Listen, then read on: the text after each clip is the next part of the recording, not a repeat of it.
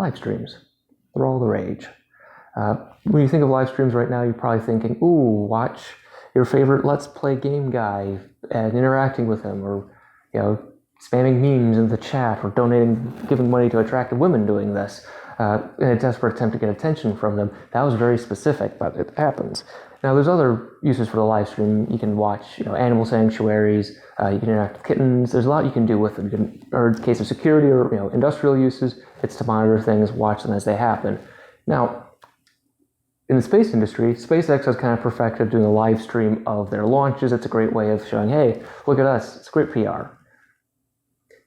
And now, if you go on NASA's YouTube channel, because they have one, you can watch a live stream from the International Space Station of the Earth. It's really cool. Because of this, or because they don't know much, the conspiracy theorists are now asking the question, well, if there's one on the ISS, why isn't there one on the moon?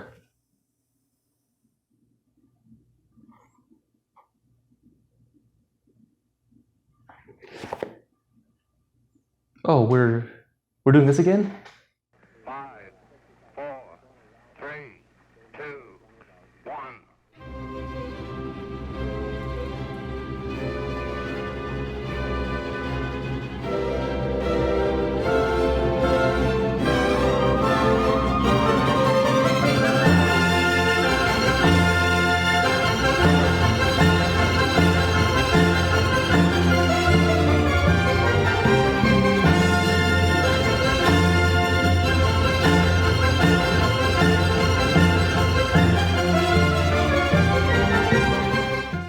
Good morning, everyone. I'm the pressure-fed astronaut here to take on moon landing deniers, space hoaxers, and then talk about aerospace engineering while doing so.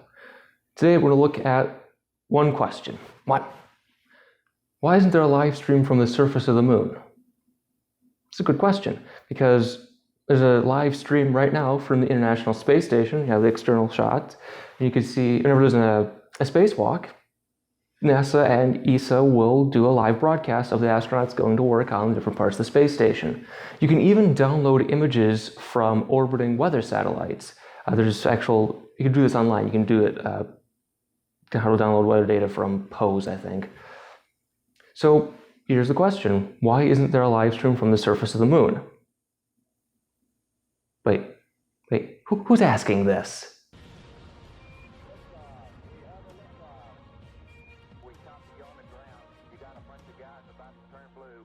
Isn't it the flat earther who proved the Earth was round? His name is Jeranism, and he says he has 13 really good reasons why we should do this. I'm sure they're all good.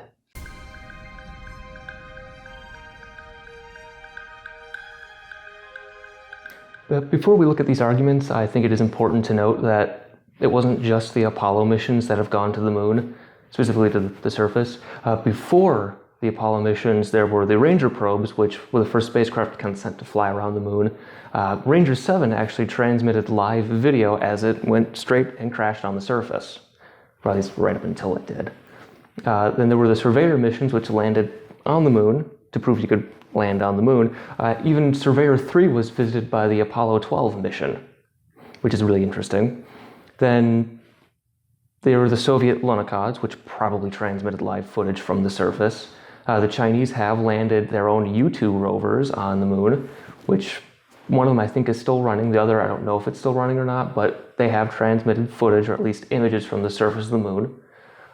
Then there is the recent Chandrayaan-2, I think it's called Vikram lander, which didn't land, failed, but it was going to transmit some footage from the surface of the moon.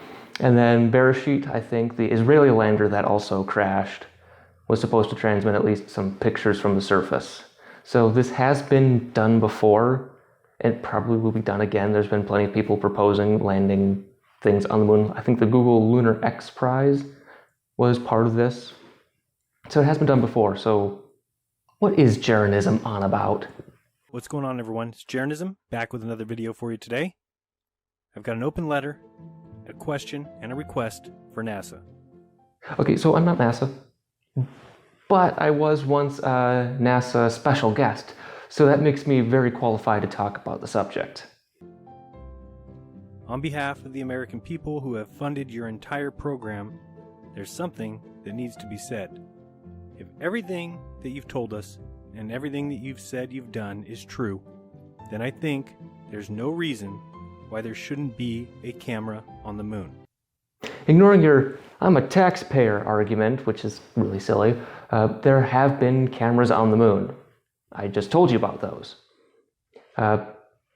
And we already know that space and space travel is real. We don't even need cameras to prove it. There's other ways of doing so. Radar, electronics, there's other ways of doing it. What possible reason could you have for not doing something that can only yield positive results? It's an absolute slap in the face to the people who live on Earth. It's expensive, and appeasing conspiracy theorists is a waste of money. Let's think about this for a second. Let's talk about the good that it would do and the damage it does with every single day that passes without NASA completing such a basic and essential mission. Oh, I'm sure they're trembling in their boots. So NASA would need to launch a moonlander craft that would head to the moon. And if we're going to discuss finances, we can just look back to 2007 and recall the launch of the mission Themis, a moon orbiter that has been measuring the auroras in the Earth's magnetosphere and still is operating today. Yes, we'd have to make a lunar lander, and you do realize a private company can do that, right? I mean, you are using Moon Express's footage in your own videos. They're working on building their own, as you can tell. So I don't know what you're getting on here. Oh, and Themis wasn't a lunar lander, but continue. So that craft has been in operation for 10 years, and it cost NASA $173 million. Themis wasn't a lunar lander. It was meant to study the Earth's magnetic field and how it related to the sun, and only 2 of the 5 spacecraft actually went around the moon, and none of those were lunar landers. You do realize there is a difference between a spacecraft that can orbit the moon and land on it, right? I'm going to assume you do. Wait, don't you think space is fake? So, a launch of a simple craft carrying 5 or 6 4K cameras would cost much less. Well, let's say the cost is $159 million. You don't know how much spacecraft costs, I take it. This does $173 million, but you also have to include the fact that you have to develop a lunar lander. There is R&D cost. I have to build an engine for it or use existing engines.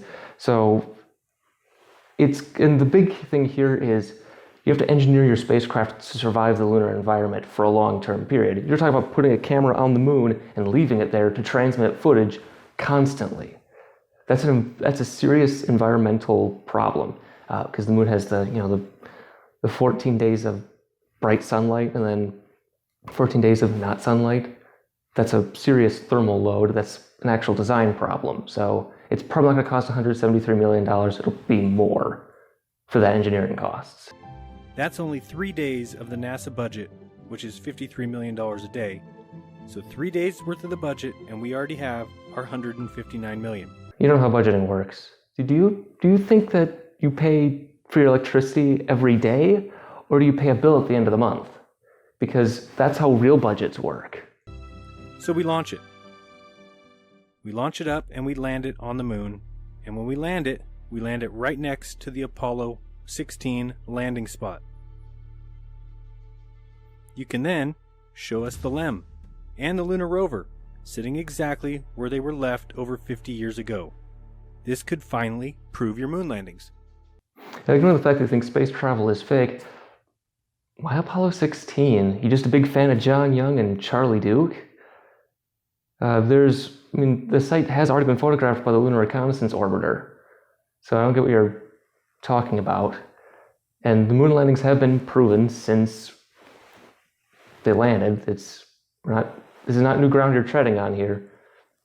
And I've already heard people saying, oh, you'll just call that fake too, just like you did the Lunar Reconnaissance Orbiter photos of the landing spots. Well, there is a huge difference between live video footage showing the rover and the LEM sitting on the moon and these images believers want to call proof. You're the flurfer who cried fake. Lunar reconnaissance footage doesn't count because you don't like it.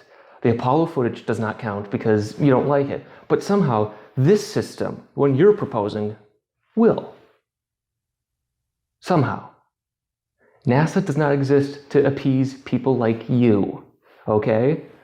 Jeranism, not realizing that photography isn't the only proof of the moon landings, decides to make claims that can be disproven with non-photographic evidence. He also does not offer up an explanation as to what these photos really are other than the Apollo sites.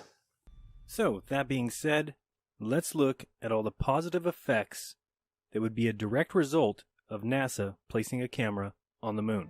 Please be good. Number 1, set it and forget it. Since we always see the same side of the moon, all you need to do is land there at the Apollo 16 landing site, point the camera at Earth, and forget it. That's not how this works. In reality, sure, your spacecraft's on the moon, but you'd have to have a crew monitoring it. So they're either Jet Propulsion Laboratory or someone at Goddard Space Flight Center or somewhere else would actually have to monitor it on a daily basis. I mean, you could probably get this down to 2 or 3 people since it is a relatively simple spacecraft you're proposing, but it's still going to cost money to do that, as well as you're transmitting back to Earth, so you have to either use the Deep Space Network or the Near Earth Network and tap into that, which does cost some money, but depending on who operates it, you could probably lower the costs there. But still, it's not as simple as land and forget. You don't know how this works. Number 2, you could prove the moon landings. Numbers vary, but some polls have it at 7% and some have it as high as 40%. What percentage of the world's population doubts that NASA ever went and landed man on the moon? Well, NASA, this would be your chance. Land the craft near the Apollo 16 landing position, pan the camera, and show us the LEM and the rover. You do realize that you're the flurfer who cried fake. It doesn't matter. There's nothing that can change your mind. You think this is fake too for some reason because it doesn't meet all of your delusional requirements. So it's kind of a pointless argument you're making. Number 3, you can actually change flat earthers' minds. It's going to be real hard to deny that the Earth is a ball when people see from the moon the ball Earth spinning in space. You proved the Earth was round. Your buddies proved it was rotating, and yet you didn't admit you were wrong. You started acting like, oh, nope, nothing's different. We must have made a mistake. You can't be wrong. So we're not going to change your mind. I mean, maybe we could change someone's mind who was like on the edge between accepting reality and following you. But the problem is, it's not worth $200 million. Number 4, it would be the first ever live stream of the Earth from space, seeing the Earth in its entirety. We already have those. You can look at footage from Himawari 8. Sure, it's not live, but it does send an image from every 10 seconds or every 10 minutes, which is good enough because, you know, it's... And besides, you're not even getting the whole Earth. Earth's three-dimensional, and, you know, you're taking 2D pictures, so you're only getting, you know, a hemisphere. So there's Himawari 8, there's Discover, that one's out 1,000,000 miles taking pictures. Then you have, you know, orbiting weather satellites, and I think there's actually up some new reconnaissance Earth observation satellites that do the same thing. Sure, they're not full images of like the Earth, you know, all in one shot, but you can get them on a daily basis. Who cares? Oh, and because you think they're fake, so they don't count. So what's the point? Number 5, it would be the first time we would get non-composite images of our Earth. You do realize that these composite images of the Earth are individual pictures of the Earth stitched together, right? They come from real pictures. They're not made up. Do you not know how cameras work? Number 6, it would be the first live stream from space to show the Earth spinning in space. Seems like something we should have already. We don't. Again, you can watch the ISS live feed. If you look at the images from Himawari 8, you'll notice that the Earth is in fact rotating. Watch the footage from Discover. Even the Lunar Reconnaissance Orbiter could probably do it. Here's the problem. Earth spins really slowly. It's not going to be noticeable. I mean, sure, if you sit there and watch for a few hours, you will notice parts move because Earth's rotating, but it's not going to be super exciting. I don't know what you're getting at. Number 8, easy and clear proof and observed data, empirical evidence of what's going on during eclipses. You skipped 7, by the way. I mean, you can't even count and edit. Great. Sure, the view of an eclipse would be really cool from the surface of the moon, but that's about it for scientific value. I don't know what kind of witchcraft you think is involved with eclipses, But yeah, you can see them from the moon. And besides, you can get them from satellites. We already have satellites doing that. I'm going to put some pictures now of eclipses taken from the ISS, POES, GOES, Himawari, probably, depending on what I can find. There's no extra scientific value of them from the moon. Maybe you could take some readings from the surface, but you're just having a camera there, so nothing. It's nonsense. Number 9. Think of the education opportunities that this presents. The time-lapse videos, the video footage, using it in schools, showing children rather than telling them exactly what's going on in the sky above them. Would you rather them read it in a book or actually see a live video going on as they learn in the sky above them? Okay, this one I'm okay with. I'm a big promoter of the whole citizen science movement, and there could be some educational value from an extra, lunar lander on the surface. But here's the problem. You just have a camera. That's it. No other scientific equipment. So your camera isn't going to give you much.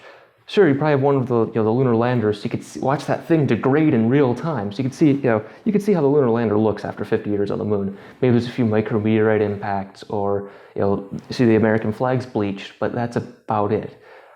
Sure, you get some stunning footage of the Earth, but we already have that from Himawari and geostationary satellites. Weather satellites do this all the time. There really isn't much educational value you can get from the surface of the moon with just a camera. Number 10. Payback. All of NASA's money comes from the citizens of this country.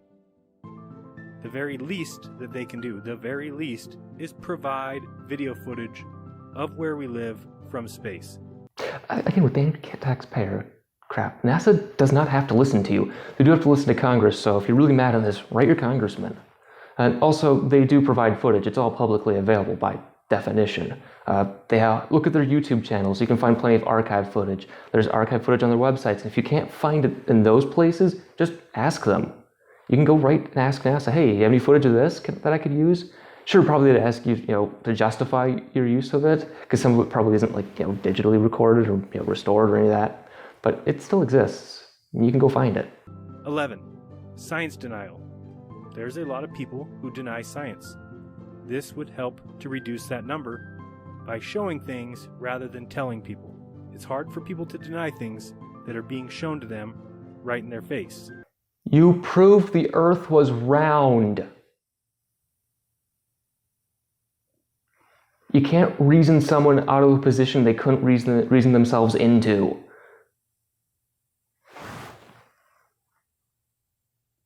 I mean, sure, again, like I said, there's probably a few on the fringe I could get with, putting a lunar lander up there with live footage and go, see, look, there it is, it's real. But for people like this, no. Again, it's not worth the money. Number 12, this would be the #1 live stream of all time. It would be seen by more people than any live stream ever made. Okay, so this one will only apply for about a day. For a day or two after the landing, sure, it'd be the #1 live stream, because hey, there's footage, there's the Apollo sites, that's really cool, that's from the surface of the moon and it's live. And then everyone would realize not much happens on the surface of the moon to merit a live stream. I mean, yeah, there's some freak nerds who would love to watch Apollo hardware degrade in real time, and maybe if there's a micrometeorite impact nearby, you could see it and that'd be really exciting. But for the most part, you get a static image. You'd see the surface of the Apollo hardware. Maybe if you're pointing up at the Earth, you'd see the Earth in the clouds, which you can already get from weather satellites. It would be massively boring. You would not get the live footage, not get the viewer counts you'd think you'd get. And plus, again, ISS has a live feed right now, and I'm going to put the number up, people watching it. I bet it's maybe 1,000 people. So again, it won't be that popular. Number 13. If NASA has problems with the cost of this mission, by simply allowing advertising agencies or companies, corporations, businesses, stores, Walmart, Target, AT&T, to buy 1-hour time slots where they would have their logo on the screen during the live stream. Over the course of 10 years, you could figure out how much money NASA could make, and they would actually make money if they employed this kind of ad revenue generation. Since NASA is a public space agency, I don't think they could put ads on these things. And plus, I doubt the ad revenue would be would be enough to justify even the day-to-day operational costs of this mission. Yeah, it's a camera, but again, you have to buy time on the networks, and then there's the engineering costs, but it's a public space agency, so that's the. But this doesn't stop a private company from doing the same thing. Get Jeff Bezos or Elon Musk to do it, or some other rich space guy. You could do it there too. Then they could put ads on it, theoretically. Maybe I'm the only one. I mean, can you believe we are having this discussion 60 years after NASA was invented and 50 years since we sent men to the moon? No photos of Earth, no live video of Earth, no video of the Earth spinning. We're having this discussion because people like you cannot comprehend that NASA doesn't listen to the whims of conspiracy theorists.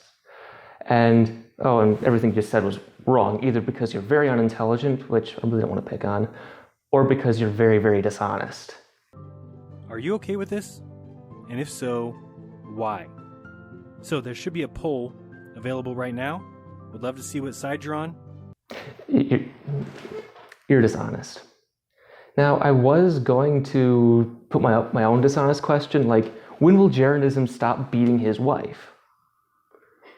But that is really personal and very mean, and I want him to actually listen to me, or some other conspiracy theorist to actually listen to what I say.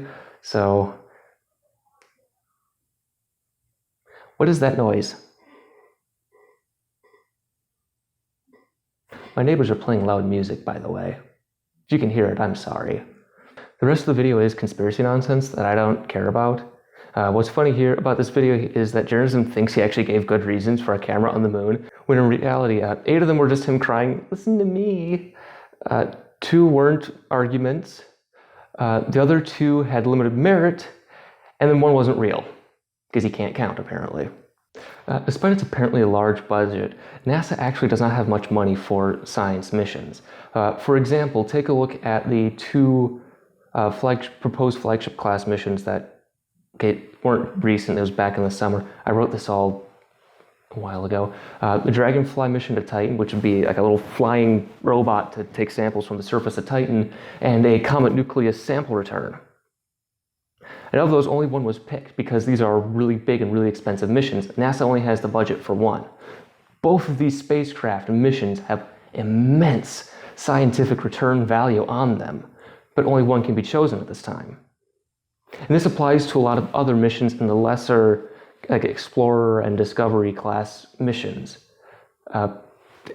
It doesn't have the budget. You got to be able to justify these kinds of missions. I mean, yeah, sure, if NASA had a budget of $1 trillion a year, we would be going everywhere in the solar system, but they just don't have the budget. So a mission like this, just a camera on the moon looking at Apollo hardware decay, really would not, it'd be laughed out of the office. It's a practical joke. The designers play on each other to make sure that the guys reading the proposals are actually reading them. Sure, if maybe you slapped on some other scientific equipment, maybe something that looks at gas readings, a thermal camera, maybe a little sampler, something like that, maybe you could justify it. But even then, it's really hard to get something like this funded. It's just not much scientific return value, and NASA has no interest in it then. It's a public space agency. And now with the discussion of going back to the surface of the moon, the Artemis program, it's likely that we will actually see a live feed from the moon, similar to ISS. But the problem is it's going to be at the lunar South Pole, where the planned landings are. And future crewed missions probably aren't going to go near the Apollo sites. Right? Why stomp back in your own places you've already been? We can go somewhere new. It's all in the mission planners, and so far we only have 1 landing planned. Sure, we have plans for more, but it's really hard to justify going back to an old site. So it's not likely to happen. But again, call up Elon Musk, tweet at him or something, and say, hey, put a camera on the moon. So the question on all of our minds is, sure, he can't argue for 1, but can you do it? Can you design a lander to take a live feed from the moon? NASA's not going to do that, of course, they don't care. But since I am a former NASA special guest, I guess I have to do it. Let's go to the whiteboard.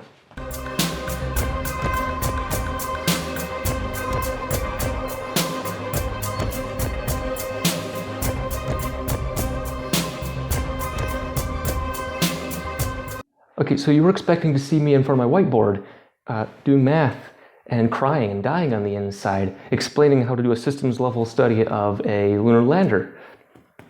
That's going to take a long time to do, and I don't want to make my videos 5 hours long, so that's going to be the next one I make.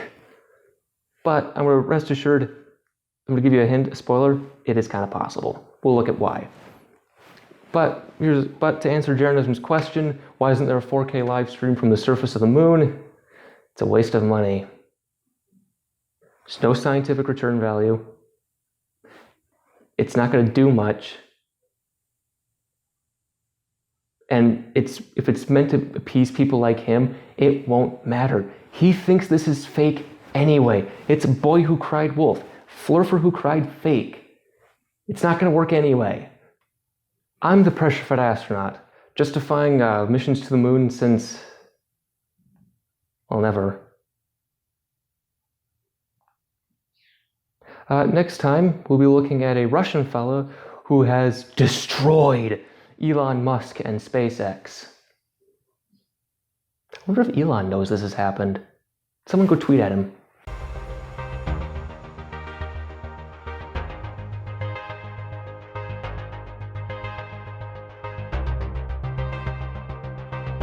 Thanks everyone for watching Pressure-Fed Astronaut. If I have made a mistake, feel free to point it out. If you have suggestions, comments, questions, concerns, suggestions, comments, errors, feel free to point them out. I'm always willing to listen. I also like being right, so that's always a good thing. I want to make sure I'm the most right. And if you have heard weird sounds, like movies, TV, video, music in the background, that would be my downstairs neighbors. Sorry if that has been intruding on this. I guess they don't know what that means. So I'll be blaring death metal at them at 3 a.m. And if you want to know the answer to my trivia question, just wait to the next video, because this was supposed to be one big one, but an hour-long video probably isn't going to be watched by anybody, especially now. So just wait till next time. Bye.